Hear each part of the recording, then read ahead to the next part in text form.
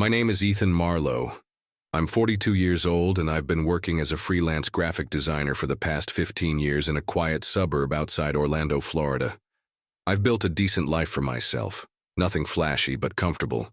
My home office overlooks a small lake, and I've always found peace in the rhythm of my work, creating visual stories, finding patterns, solving problems through design.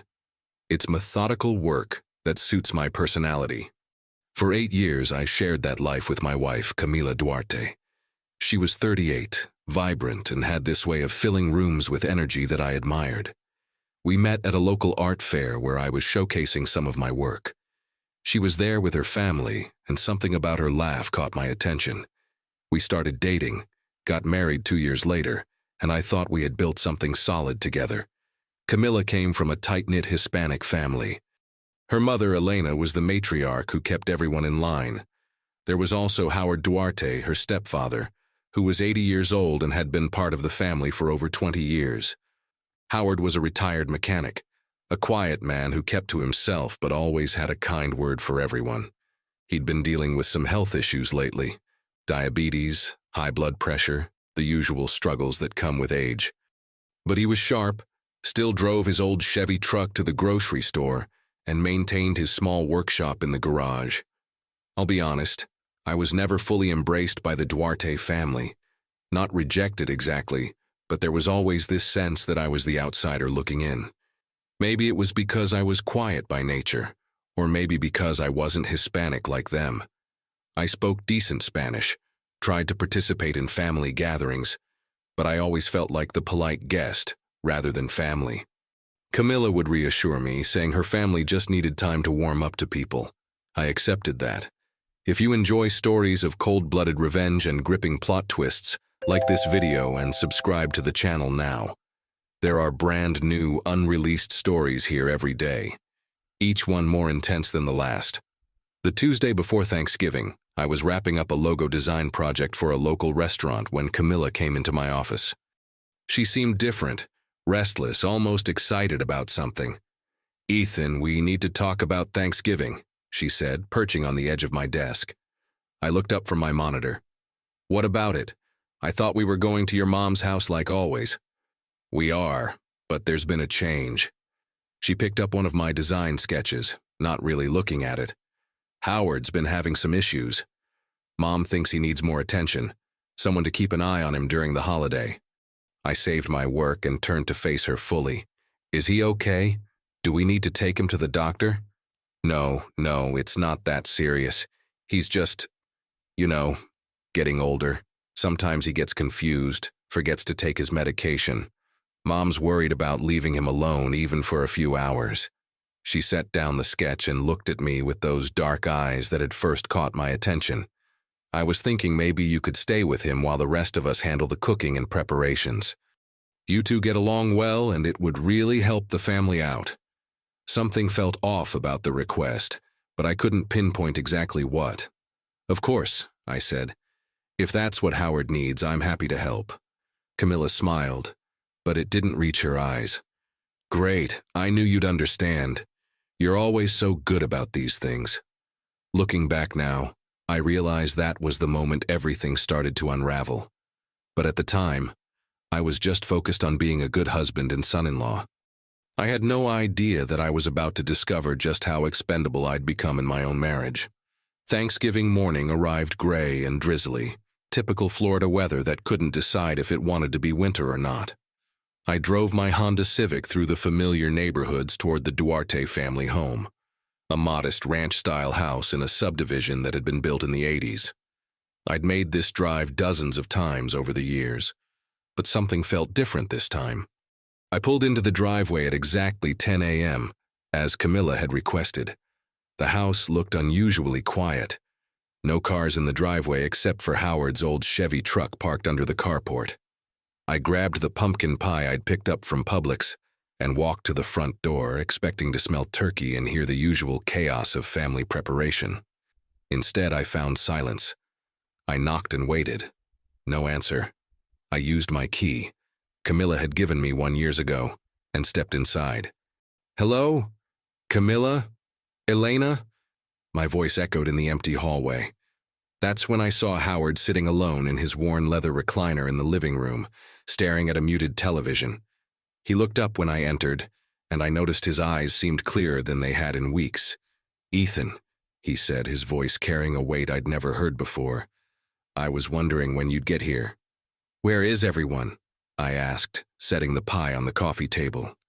Howard pointed to the dining room table with a shaky finger. "There's a note." I found a single sheet of paper, folded once, with my name written on the outside in Camilla's handwriting. I opened it and read, "Ethan, we decided to take a last-minute trip for the holiday. Howard needs someone to look after him and make sure he takes his medications. There's food in the refrigerator and his pills are on the kitchen counter. We'll be back in a few days. Camilla." I read it twice, then looked at Howard. "A trip? What kind of trip?" "The kind where they don't invite the old man," Howard said quietly. "Or the husband, apparently." I felt something cold settle in my stomach. I pulled out my phone and called Camilla. Straight to voicemail. I tried again, same result. I sent a text. "Got your note. What's going on? Call me." No response. I spent the next hour calling every member of the Duarte family I had numbers for. Elena, Camilla's brother Miguel, her cousin Sophia. Every single call went to voicemail. It was like they'd all vanished simultaneously. "Don't waste your time," Howard said when he saw me frantically dialing. "They're not going to answer." "What do you mean?" "Sit down, Ethan. We need to talk." I sat on the couch across from him, my mind racing. Howard leaned forward, his weathered hands clasped together. "How long have you known my stepdaughter?" he asked. 8 years. "Why? And in those 8 years, how many times has she mentioned her ex-boyfriend Liam Foster?" The name hit me like a physical blow. Liam Foster. I'd heard that name exactly once, about 3 years ago, when Camilla had mentioned him in passing during a conversation about old friends. She'd said he was someone she'd dated briefly in college. Nothing serious. "Once," I said slowly. "Maybe twice." "She's been in contact with him for 6 months, Howard said. "Phone calls, text messages, emails." "I know because I've been watching." I stared at him. "Watching? Ethan, I may be 80 years old, but I'm not blind and I'm not stupid. When someone starts going through your financial records, asking questions about your will, and suddenly becomes very interested in your medical appointments, you pay attention." Howard's voice was steady, but I could see anger flickering in his eyes. "Camilla's been planning something for months, and yesterday, I finally figured out what." He reached into the side pocket of his recliner and pulled out a small notebook, the kind with a black composition cover that school kids use. The pages were filled with his careful handwriting. "For the past 4 months, I've been documenting everything. Every conversation, every document she's asked to see. Every time she's accompanied me to doctor appointments and insisted on speaking privately with the physicians." He flipped through several pages. "She's been positioning herself as my primary caregiver, even though I don't need one. She's been telling my doctors that I'm having memory problems, that I sometimes forget to take my medications." "Are you?" I asked. "Hell no. I take 2 pills for blood pressure and 1 for diabetes. Same time every day for the past 5 years. My mind is sharp as it ever was." He fixed me with a look that proved his point. "But if someone wants to paint a picture of an old man who's losing his faculties, who needs someone to manage his affairs, well, that's not hard to do." I felt like I was trying to solve a puzzle with half the pieces missing. "Howard, what does this have to do with Camilla not being here today?" "Because today was supposed to be the day she convinced you to help her move me into a nursing home. Today was supposed to be the day she became my legal guardian, gained access to my Social Security, my pension, and my savings account." He closed the notebook and looked at me steadily. "Instead, she's on a cruise to the Caribbean with Liam Foster. I saw the booking confirmation yesterday when she left her laptop open. The room felt like it was spinning. A cruise? 7 days, departing from Port Canaveral this morning. Royal Caribbean. The Mariner of the Seas, if you want to be specific." Howard's voice was matter of fact, but I could see the hurt underneath. "They figured they'd leave the old man with the clueless husband. and by the time they got back, the paperwork would be ready to sign. I sat there processing this information, feeling like someone had just told me that gravity had stopped working. My wife, the woman I'd shared a bed with for 8 years, the woman who'd cried when we talked about maybe having children someday, had abandoned me to care for her stepfather while she went on a romantic getaway with another man. "Ethan," Howard said gently, "I'm sorry you're finding out this way, but I need you to know something else. This isn't just about her cheating on you. This is about her stealing from me, manipulating my medical care, and planning to have me declared incompetent so she can control my life."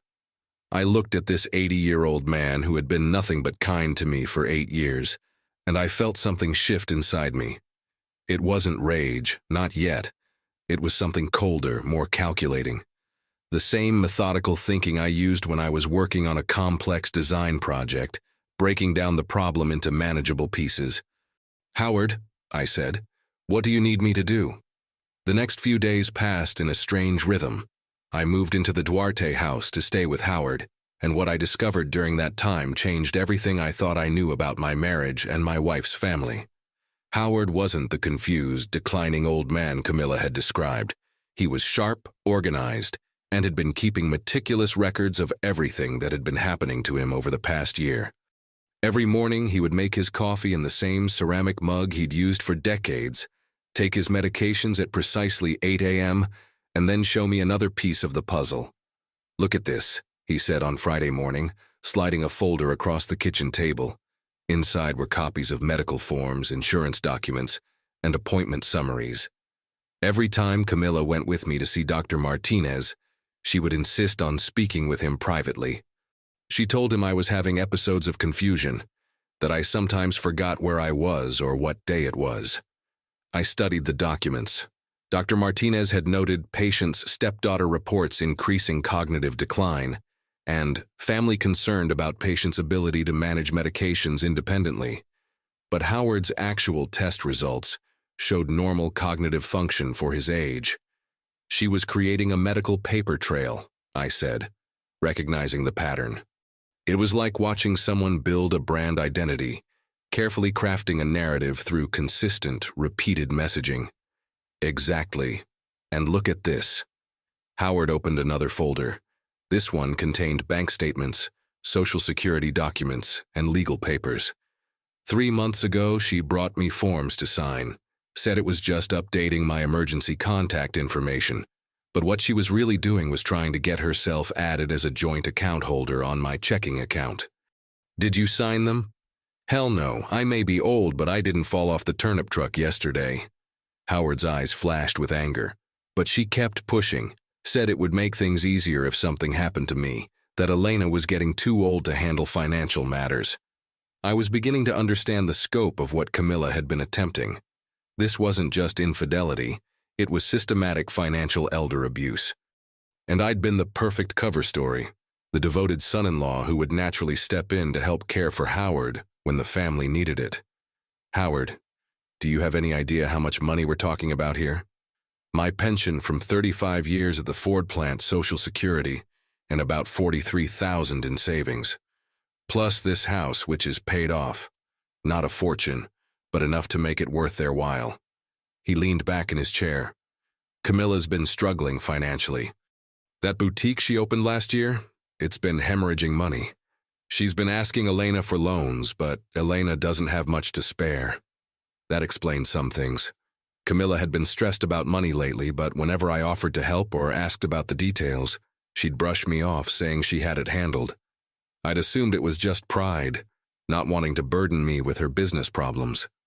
On Saturday, I decided to do some investigating of my own. I drove to Camilla's boutique, a small shop in a strip mall that specialized in trendy women's clothing. The closed sign was up, but I could see through the window that the shelves were mostly empty. A handwritten sign taped to the door read, "Closed for holiday week." I called the landlord, whose number was listed on a small plaque by the door. "Hi, I'm calling about the retail space where Camilla's closet is located. I'm interested in possibly renting it." "Oh, that space is going to be available soon," the landlord said. "The current tenant is 3 months behind on rent, We're starting eviction proceedings next week. 3 months behind on rent. That was a lot of money for a small business to owe.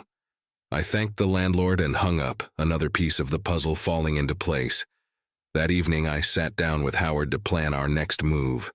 We'd been documenting everything, but we needed to be strategic about how we handled the situation. Howard had been keeping records, but we needed to make sure everything was legally sound. "I've been thinking about this," I said, "and I think we need to involve a lawyer, not just for the financial stuff, but for the medical fraud. What Camilla's been doing to your medical records, that's a serious crime." "I know a good attorney," Howard said. "Bill Hendricks. He handled my will a few years ago. Good man, knows elder law." We called Bill's office Monday morning.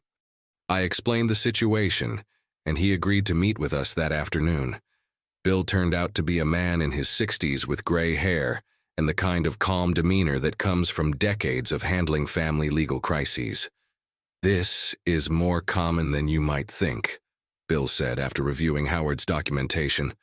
"Elder financial abuse is a growing problem, especially when family members are involved. The medical fraud aspect makes it particularly serious." "What are our options?" I asked. "Well, we need to protect Howard's assets immediately. We can file for a restraining order to prevent anyone from accessing his accounts or making medical decisions on his behalf. We should also report this to Adult Protective Services and potentially the FBI's Elder Justice Initiative." "The FBI?" Howard raised his eyebrows. "Financial crimes against seniors are taken very seriously these days. Wire fraud, mail fraud, healthcare fraud. These are federal offenses. If we can prove intent to defraud, we're looking at potential prison time." I felt a cold satisfaction settling in my chest. This wasn't just about revenge anymore. This was about justice for Howard and accountability for Camilla's actions. "There's something else," Bill continued. "If your wife has been using the mail system or electronic communications to further this scheme, that adds additional federal charges. And if she's been coordinating with others, this ex-boyfriend for instance, that could be conspiracy." We spent the next 2 hours going through Howard's documents, organizing them chronologically, and preparing a comprehensive case file. By the time we left Bill's office, we had a clear action plan. "How long do you think this will take?" Howard asked as we drove home. "These things move slowly," I said, "but that works in our favor. Camilla and her family think they're coming home to a confused old man and a clueless husband. Instead, they're going to find a federal investigation waiting for them." That night, I finally allowed myself to think about what this meant for my marriage. 8 years of my life, gone. The woman I'd loved and trusted had been systematically planning to defraud her own stepfather while using me as an unwitting accomplice. The betrayal was complete. But strangely, I didn't feel devastated. I felt focused, clear, like I'd been working on a design project for years without understanding the client's true vision. And now suddenly everything made sense. Howard and I had spent the weekend becoming unlikely allies, 2 men who'd been discarded by people they trusted. But we weren't going to go quietly. We were going to make sure that when Camilla returned from her romantic getaway, she found consequences waiting that she never saw coming. The Mariner of the Seas returned to Port Canaveral on a Tuesday morning, exactly 7 days after it had departed. I know this because I'd been tracking the ship's location online, watching as it made its way through the Caribbean and back to Florida. Howard and I had used that week well. By the time Camilla's cruise docked, we had filed restraining orders, submitted detailed reports to Adult Protective Services, and provided a comprehensive case file to the FBI's Elder Justice Initiative. Bill Hendricks had been thorough and efficient. Howard's assets were protected, his medical records had been flagged for review, and federal investigators had opened a case file on Camilla Duarte and Liam Foster. I was sitting in Howard's kitchen, drinking coffee and reviewing some design work on my laptop, when I heard car doors slamming in the driveway. It was Wednesday afternoon, and they were back. "You ready for this?" Howard asked, looking remarkably calm for someone who was about to confront his abusers. "As ready as I'll ever be," I said, closing my laptop. The front door opened, and I heard Camilla's voice calling out cheerfully, "Howard, Ethan, we're back." She walked into the kitchen looking tanned and relaxed, her hair lighter from the Caribbean sun. Behind her came Elena, Miguel, and Sophia. They all looked like they'd had a wonderful vacation. "How was everything?" Camilla asked, giving me a quick kiss on the cheek as if nothing had happened. "Did Howard behave himself?" "We had a great time," I said. "Howard's been telling me lots of interesting stories." "Oh, you know how he is," Elena said with a laugh. "Sometimes he gets confused about things. I hope he didn't worry you with any of his tales." Howard stood up slowly from his chair. "I'm not confused about anything, Elena. My mind is perfectly clear." Something in his tone made them all pause. Camilla looked back and forth between us, and I saw the first flicker of concern in her eyes. "Is everything okay?" she asked. "That depends," I said. "How was your cruise with Liam?" The color drained from Camilla's face. "What are you talking about?" "The Royal Caribbean cruise, 7 days, the Mariner of the Seas. Ring any bells?" Miguel stepped forward. "Ethan, I think there's been some misunderstanding." "No misunderstanding," Howard interrupted. "I saw the booking confirmation. I know where you all went, and I know why you left us here." "Howard, you're being paranoid," Elena said, but her voice was shaking. "Am I?" Howard walked over to the kitchen counter and picked up a manila folder. "Is this paranoia?" He opened it and began reading. "Medical fraud, financial elder abuse, conspiracy to commit wire fraud. These are the charges that Adult Protective Services and the FBI are investigating." The silence in the kitchen was deafening. I watched as the reality of the situation began to sink in for each of them. "You can't be serious," Camilla whispered. "Deadly serious," I said. "Howard's been documenting everything for months. Your attempts to gain control of his finances, your lies to his doctors, your plans to have him declared incompetent. It's all here, all documented, all reported to the proper authorities." "We were trying to help him," Sophia protested. "Help him by stealing from him?" Howard's voice was steel. "Help him by lying about his mental state? Help him by planning to put him in a nursing home so you could control his money?" Camilla sank into a chair, staring at the folder in Howard's hands. "Ethan, please, you don't understand the financial pressure I've been under. The boutique, the debts." "I understand perfectly," I said. "Your business is failing. You're 3 months behind on rent. So you decided to solve your problems by defrauding your stepfather and using me as cover." "And what about Liam?" Howard asked. "Where does he fit into this scheme?" "Liam doesn't know anything about this," Camilla said quickly. "Really, because according to the cruise booking, he paid for both your tickets with a credit card. That makes him financially involved in a conspiracy to commit elder abuse. The FBI might see it differently than you do." Elena was crying now. "We never meant for it to go this far. We just thought—" "You thought you could manipulate an old man and a trusting husband," I said. "You thought we'd be easy marks." Over the next hour, the full scope of their plan came out. They had indeed intended to use Thanksgiving as the day to convince me to help them move Howard into a nursing home. They had paperwork ready to establish Elena as Howard's guardian, giving her control over his finances. The cruise was supposed to be a celebration of their success, funded by Howard's savings. Instead, they returned to find that Howard had been given excellent medical care by his real doctor, who confirmed that his cognitive function was normal. They found that protective orders had been filed, that Howard's accounts were frozen pending investigation, and that federal agents were very interested in speaking with them. "What happens now?" Miguel asked. "Now you wait," Bill Hendricks said. He'd arrived 30 minutes earlier, having been notified that the family had returned. "You wait for the investigations to conclude. You wait for the criminal charges to be filed. And you hope that the federal prosecutors are feeling generous." "And what about my marriage?" Camilla asked, looking at me with tears in her eyes. I studied her face, the woman I'd shared 8 years of my life with, the woman who'd been planning to destroy an innocent old man to solve her financial problems. "I filed for divorce yesterday," I said. "You'll be receiving the papers soon." One by one, they left the house. Elena, Miguel, Sophia. They all walked out in silence, the weight of their situation finally sinking in. Camilla was the last to go. "Ethan," she said at the door, "I'm sorry. I really am. I never meant for you to get hurt." "No," I said. "You just meant for Howard to get hurt. You just meant to steal from him and abandon him. My feelings were never part of your calculation."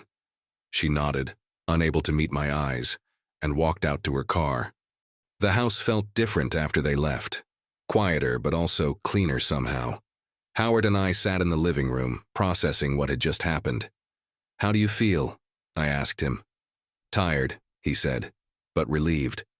For the first time in months, I feel safe in my own home."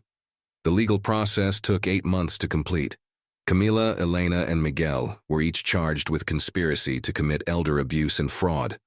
Liam Foster was charged as an accessory after it was discovered that he'd been aware of Camilla's financial situation and had actively helped her plan what they thought would be a celebration cruise.